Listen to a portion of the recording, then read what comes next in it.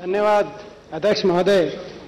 अपनी बात मैं शुरू करूं उससे पहले मैं सदन का ध्यान आज की तारीख पे दिलाना चाहूंगा। आज वही तारीख है जब 1971 में भारत ने पाकिस्तान को करारी शिकस्त दी थी और बांग्लादेश में हमारे देश का तिरंगा बुलंद हुआ था।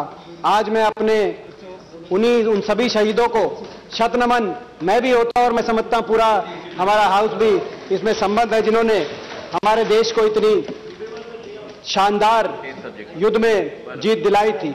और युद्ध की बात कह के मैं शुरुआत इसीलिए कर रहा हूं कि आज दिल्ली की बात हो रही है और दिल्ली ने भी अपने इतिहास में बहुत सी लड़ाइयां और बहुत से युद्ध देखे। दिल्ली बनती बसती रही है अपने पूरे इतिहास में। 6ठी शताब्दी ईसा पूर्व यानी कि 6th सेंचुरी BC से लगातार दिल्ली में बसासत रही। पांडवों की राजधानी इंद्रप्रस्थ के नाम से चौहान साम्राज्य की राजधानी पृथ्वीराज चौहान ने पूरे उत्तर भारत में अपना जब साम्राज्य स्थापित किया था। दिल्ली सल्तनत, तुर्क जब दिल्ली में आए थे, दिल्ली सल्तनत कायम हुई थी। मुगल साम्राज्य की राजधानी, ब्रिटानिया साम्राज्य की कुछ समय कलकत्ता रही, उसके बाद 1911 में ब्रिटानिया साम्राज्य की भी राजधानी दिल्ली, ये वो दिल्ली है। और उसके बाद देश आजाद हुआ। जब से देश आजाद हुआ इतनी तेजी से देश के विकास को पंख लगा और देश के विकास के साथ साथ मैं समझता हूं जहां तक दिल्ली की बात है, दिल्ली आज दुनिया के सबसे तेजी से बढ़ते हुए शहरों में से एक पहुंची है। टोक्यो के बाद आबादी के हिसाब से आज दिल्ली दूसरे नंबर पे, टोक्यो के बाद दिल्ली की गिनती हो रही है। दिल्ली, टोक्यो के बाद दिल्ली, उसके बाद शंघाई, चौथे नंबर पे मैक्सिको सिटी, 5वें नंबर पे मुंबई, फिर sao paulo ब्राजील के अंदर दूसरे नंबर पे। तकरीबन 1.1 करोड़ की आबादी आज दिल्ली के अंदर और 2.5 करोड़ की आबादी पूरे NCR क्षेत्र के अंदर। मैं एक अंदाजा देना चाहूंगा दिल्ली की कितनी बड़ी समस्या है दिल्ली के सामने, उस बात का एक उदाहरण देके मैं बताना चाहूंगा। जो मैंने कहा 6ठी शताब्दी ईसा पूर्व से लेकर 1980 तक जितनी दिल्ली की आबादी बढ़ी, यानी कि 2500 साल में वेंकैया जी जितनी दिल्ली की आबादी बढ़ी उतनी आबादी पिछले 20 साल में दिल्ली में और दुगनी हो गई। तो ये अपने आप में, तो ऐसे समय में कहीं ना कहीं कमियां रही है, इसमें कोई निसंदेह। आज परवेज जी ने कहा कि आपकी गलती रही है, आपने वो कमी, आपकी वो कमी रही, कमियां रही हैं। आरोप प्रत्यारोप के लिए हम यहां खड़े नहीं हुए। आप लोग भी सत्ता में थे, दिल्ली में हम भी थे, केंद्र में भी कमियां रही हैं, मगर इतनी तेजी से दुनिया के सबसे, जहां अर्बनाइजेशन दुनिया में सबसे ज्यादा तेजी से हो रहा है, वहां पे आने वाला भविष्य कैसा होगा आज उसका, उस प्रश्न पे चिंतन करने के लिए हम खड़े हुए हैं। 2030 तक आर्थिक केंद्रों में, दुनिया के सबसे बड़े आर्थिक केंद्रों, 5 आर्थिक केंद्रों में NCR शामिल होगा। $300 बिलियन की जो अपना दिल्ली की अर्थव्यवस्था है, दिल्ली और NCR क्षेत्र की, 2030 तक वो होने जा रही है। मगर हम आधुनिक अगर विकास की, अगर प्लानिंग की बात करें दिल्ली में, तो 2-3 तारीखें अहम हो जाती हैं। 1991 जब 69th अमेंडमेंट एक्ट 91 के माध्यम से केंद्र सरकार ने जो यूनियन टेरिटरी ऑफ दिल्ली था उसको national capital territory of Delhi, एक विशेष प्रावधान दिल्ली के लिए किया गया। उसी वर्ष 2001 का मास्टर प्लान प्रकाशित हुआ। मास्टर प्लान के हिसाब से दिल्ली का विकास की प्रक्रिया के नॉर्म्स निर्धारित किए जाते हैं। उस मास्टर प्लान को नया से रिन्यू होना था 2001 में, मगर नहीं हो पाया। और 2006 में सुप्रीम कोर्ट की जजमेंट आई 16 फरवरी 2006 में, जिसने डिमोलिशन की प्रक्रिया के आदेश दिए सरकार को। उस समय दिल्ली में उस अनऑथराइज्ड कॉलोनीज की जिनकी हम बात कर रहे हैं, झुग्गी झोपड़ी की बात कर रहे हैं, वो गरीब छोटा व्यापारी, जिसने ये जो मैं बता रहा हूं प्लानिंग की कहीं ना कहीं जो कमियां रही, जिसकी वजह से वो ऑथराइज्ड में शामिल नहीं हो पाए, उनके ऊपर चिंता का संकट आ गया था। उस चिंता के संकट से बचाने के लिए 19 मई 2006 को Delhi law special provision act लाया गया और फरवरी 1 साल के अंदर अंदर नया मास्टर प्लान बनाया गया। 2021 का मास्टर प्लान प्रकाशित हुआ फरवरी 2007 में और कुछ राहत दिलाई।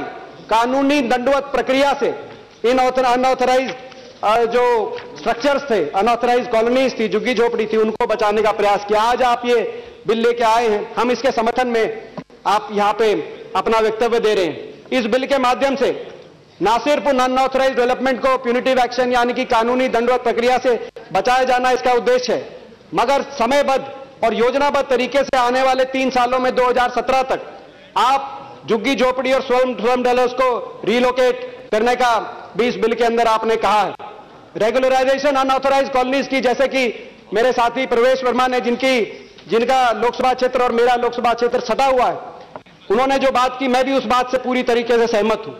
जो गांव की आबादी और लाल डोरे का बढ़ाने का जो मुद्दा है, उसका भी निवारण होना चाहिए। फार्म हाउस का रेगुलराइजेशन की चाहे बात हो, जो कृषि क्षेत्र की भूमि पे स्कूल, गोडाउन, स्टोरेज, ये जो सारे बने हैं दिल्ली के अंदर, इनकी भी रेगुलराइजेशन इस एक्ट के माध्यम से ये आप करने जा रहे हैं। आपने कहा ऑब्जेक्ट्स और रीजन में, और समयबद्ध तरीके से करने जा रहे हैं। हम इस सबका स्वागत करते हैं। इसके साथ साथ मैं एक और बात कहना चाहूंगा। ये सारी चीजें तो इस एक्ट में हैं और हम इसका समर्थन करते हैं, मगर एक और चीज है, हम दिल्ली के मास्टर प्लान को, दिल्ली के प्लानिंग को आइसोलेशन में देख रहे हैं। गुड़गांव अपना अलग प्लान बना रहा है, गुड़गांव मास्टर प्लान। नोएडा के अंदर नोएडा डेवलपमेंट अथॉरिटी अपने अलग मास्टर प्लानिंग कर रही है। गाजियाबाद के अंदर अलग प्लानिंग हो रही है। जबकि सच यह है कि पूरा एनसीआर का क्षेत्र आर्थिक रूप से अब एक होता जा रहा है, जुड़ा हुआ है, आपस में मिला हुआ है और आगे और जुड़ता जा रहा है। जो मास्टर प्लान बने, जो नॉर्म्स बने, किस तरीके से अर्बनाइजेशन को हम सही दिशा में लेके जाएं, ताकि ये जो कमियां रही हैं अगली पीढ़ी के सामने वो कमियां ना रहें, वो पूरे इस क्षेत्र की एक होनी चाहिए। मास्टर प्लान सब पूरे क्षेत्र के मिले होने चाहिए। मैं इसीलिए कह रहा हूं, उदाहरण देता हूं, मैं 2 सड़कों के लिए अपने क्षेत्र को दिल्ली से जोड़ने के लिए 2 सड़कों का मैंने प्रस्ताव किया। एक बादली से द्वारका तक नजफगढ़ ड्रेन के ऊपर, और दूसरी बहादुरगढ़ से एक डेडिकेटेड कॉरिडोर ड्रेन नंबर 8 के ऊपर से होते हुए पीरागढ़ी और रिंग रोड तक मैंने प्रस्ताव किया। मगर समझ में नहीं आया यह प्रस्ताव दिल्ली के प्लान के अंदर प्रस्ताव जाए या हरियाणा के प्लान के अंदर प्रस्ताव जाए, जबकि क्षेत्र एक है, लोग दोनों जगह के चाहते हैं। मगर मैं समझता हूं ये प्लानिंग एक होनी चाहिए, और इसके लिए मैं वेंकैया जी से कल भी मैंने एक बात की थी। The only unique agency to execute this is NCR planning board, which is under your ministry, because NCR planning board can call upon all the state governments and develop not only Delhi master plan but a unified NCR master plan. I demand from the minister that a unified NCR master plan for the next 20, 30, 50 years should be developed. और मैं तो यहां तक कहूंगा कि NCR planning board को आप और टीच दीजिए और मजबूत करिए। आज 100 करोड़ का उसका सालाना बजट है, उसमें काम नहीं चल सकता, उसको और बजट मिलना चाहिए।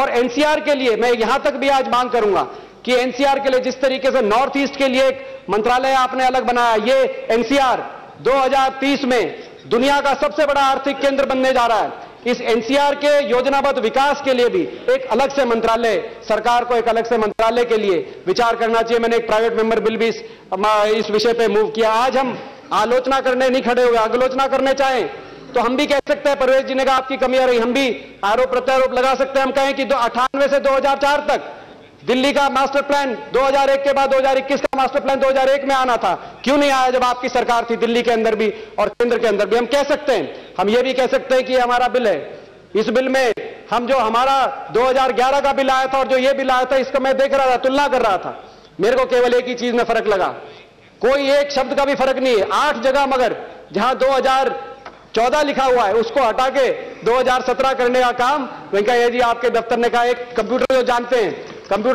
एक फंक्शन होता है कंप्यूटर में, कंट्रोल H, फाइंड रिप्लेस, एक ही बटन दबाओ, सातों के साथ 8 बार 2014 को 2017 से आपने रिप्लेस करना है। क्योंकि मैं इसीलिए कह रहा हूं, मैं स्वागत करता हूं, ये बिल आया है, आपने भी समझा, माना है कि जो यूपीए जो बिल लेके आई थी, जो हमारा बिल था वो ठीक था, इसीलिए आप लेके आए, नहीं तो आप इसमें बदलाव करते। मगर आप पहले कह रहे थे कि कुछ नया करेंगे, मगर वही बिल अगर आप लेके आए हैं केवल उसमें कंट्रोल ऑल का जो है कंट्रोल H दबा के, तो फिर क्या नया आपने किया ये भी आपको बताना चाहिए। हमें आपकी नियत पे भी, हम आलोचना करने खड़े नहीं हुए, मगर आलोचना करें तो कहीं ना कहीं नियत पे भी हमें शक दिखाई देता है। क्या कारण था कुसुमपुर पहाड़ी के अंदर झुग्गी झोपड़ी? इस बिल के अंदर प्रावधान है, 2011 का जो बिल पास हुआ, हमारी संसद ने पास किया, कि झुग्गी झोपड़ियों को कानूनी दंडवत प्रक्रिया से बचाया जाएगा। फिर भी इस वर्ष पिछले माह क्या कारण है, पीले पंजे वाले बुलडोजर लेके कुसुमपुर पहाड़ी में झुग्गी झोपड़ियों में पहुंच गए।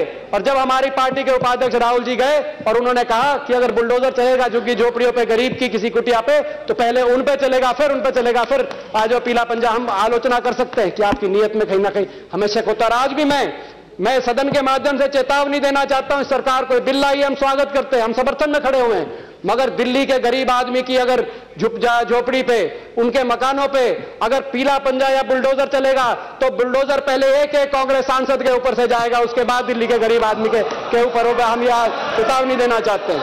हम आलोचना करने मगर खड़े नहीं हुए, हम आलोचना करने नहीं खड़े हुए। हम आलोचना करें तो हम आलोचना करने नहीं खड़े हुए। हम आलोचना करें, हम आलोचना नहीं करने खड़े हुए। हम आलोचना करें तो हम ये भी कह सकते हैं कि इस बिल में जो स्ट्रीट वेंडर्स हैं, स्ट्रीट वेंडर्स को संरक्षण देने का और नियमित करने का भी प्रावधान इस बिल में किया गया। यूपीए सरकार ने, आपके मैं माध्यम से याद दिलाना चाहूंगा सरकार को, यूपीए सरकार ने प्रोटेक्शन ऑफ लाइवलीहुड एक्ट के अंदर स्ट्रीट वेंडर्स को संरक्षण और नियमित करने के लिए कानून पारित इसी लोकसभा में किया था।